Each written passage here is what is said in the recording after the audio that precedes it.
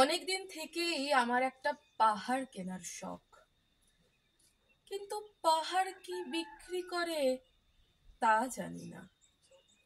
যদি তার দেখা পেতাম, দামের জন্য আটকাতো না। আমার নিজস্ব একটা নদী আছে, সেটা দিয়ে দিতাম পাহাড়টার বদলে। কে না জানে পাহাড়ের চেয়ে নদীর দামই বেশি। পাহাড় স্থানীয়, নদী বহমান, তবু আমি নদীর বদলে পাহাড়টাই কিনতাম, কারণ আমি ঠকতে চাই। নদীটাও অবশ্য কিনেছিলাম একটা দ্বীপের বদলে। ছেলেবেলায় আমার বেশ ছোট্ট খাট্ট ছিমছাম একটা দ্বীপ ছিল। সেই দ্বীপে অসংখ্য প্রজাপতি। শৈশবের দ্বীপটি ছিল বড় প্রিয়। আমার যৌবনে দ্বীপটি আমার কাছে মাপে ছোট লাগলো।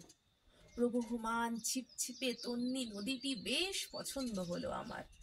বন্ধুরা বলল, ওইটুকু একটা দ্বীপের বিনিময়ে এত বড় একটা নদী পেয়েছিস, খুব জিতেছিস তো মায়েরি। তখন জয়ের আনন্দে আমি বিহ্বল হতাম। তখন সত্যিই আমি ভালোবাসতাম নদীটিকে। নদী আমার অনেক প্রশ্নের উত্তর দিত, যেমন, বলতো আজ সন্ধেবেলা বৃষ্টি হবে কিনা। সে বলতো, আজ এখানে দক্ষিণ গরম হাওয়া। শুধু একটি ছোট্ট দ্বীপে বৃষ্টি, সে কি প্রবল বৃষ্টি, যেন একটা উৎসব। আমি সেই দ্বীপে আর যেতে পারি না। সে জানতো, সবাই জানে, শৈশবে আর ফেরা যায় না।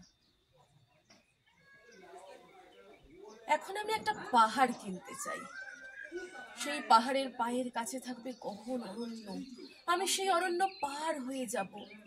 তারপর শুধু রুক্ষ কঠিন পাহাড়, একেবারে চূড়ায় মাথার খুব কাছে আকাশ, নিচে বিপুলা পৃথিবী, চরাচরের তীব্র নির্জনতা।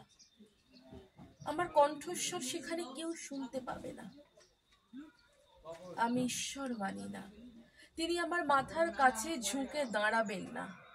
আমি শুধু 10 দিককে উদ্দেশ্য করে বলবো, প্রত্যেক মানুষই অহংকারী। এখানে আমি একা, এখানে আমার কোনো অহংকার নেই।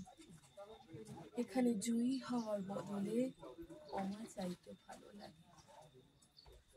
এই 10 দিন আমি কোনো দোষ করিনি, আমাকে ক্ষমা করুন, ক্ষমা করুন।